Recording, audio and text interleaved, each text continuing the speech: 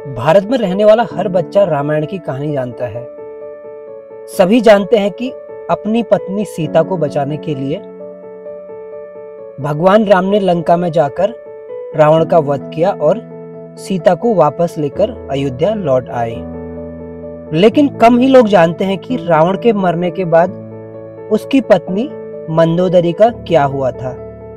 Hey friends, welcome back to my channel motivational thoughts by Dhirendra. दोस्तों, आशा करता हूं आप सब अच्छे होंगे। आज मैं इस वीडियो के माध्यम से आप सभी को बताऊंगा रावण की मृत्यु के बाद उसकी पत्नी मंदोदरी का क्या हुआ।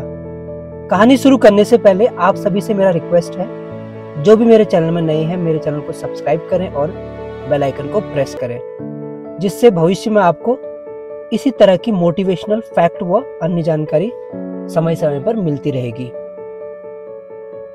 शास्त्रों में भी इसका उल्लेख बहुत कम मिलता है, लेकिन हिंदू पुराणों में दर्ज एक कथा के अनुसार मंदोदरी रावण की मृत्यु के बाद लंका में ही रही और उसने लंका के पूरे राज्य को संभाला।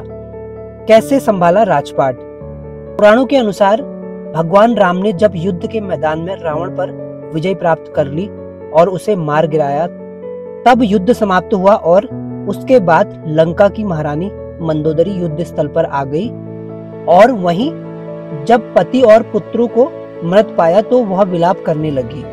मगर विलाप करते हुए उन्होंने वहीं मौजूद अपने देवर विभीषण से कहा कि वह अब भी लंका की महारानी है और रावण के राजपाट को वहीं संभालेंगी। रावण के अंतिम संस्कार के बाद जब विभीषण का राज्याभिषेक हुआ तो महारानी मंदोदरी उन्हें शासन चलाने में मदद करने लगी।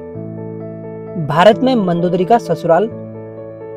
पुराणों में बताया गया है कि रावण का ननिहाल राजस्थान के जोधपुर के पास एक गांव में मौजूद है। रावण की मृत्यु के कुछ समय बाद मंदोदरी लंका को अलविदा कहकर जोधपुर अपनी ससुराल आ गई थी।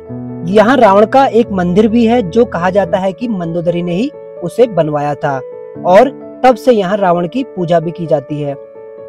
यह भी तथ्य है, कहा जाता है कि भगवान राम के कहने पर मंदोदरी ने रावण की मृत्यु के बाद अपने देवर विभीषण से विवाह कर लिया था। दरअसल भगवान श्री राम नहीं चाहते थे कि रावण की मृत्यु के बाद लंका बिखर जाए और विभीषण अपने बड़े भाई की राजगद्दी पर बैठना नहीं चाहते थे। मंदोदरी के बारे में रोचक तथ्य। मंदोदरी के बारे में मिली कथा के अनुसार वह हेमा नामक अप्सरा की पुत्री थी। एक बार देवराज इंद्र की सभा में ऋषि कश्यप के पुत्र माया की दृष्टि हेमा पर पड़ी और वह उस पर मोहित हो गया। माया ने हेमा के सामने विवाह का प्रस्ताव रखा। विवाह के पश्चात हेमा ने मायासुर की पुत्री को जन्म दिया, जिसका नाम मंदोदरी रखा गया। अप्सरा की बेटी होने के कारण मंदोदरी बहुत सुंदर और आकर्षक थी। जब मंदोदरी विवाह योग्य हुई तो इनके पिता मायासुर ने योग्य वर की तलाश शुरू कर दी, लेकिन उन्हें अपनी रूपवती कन्या के योग्य कोई वर नहीं मिल रहा था।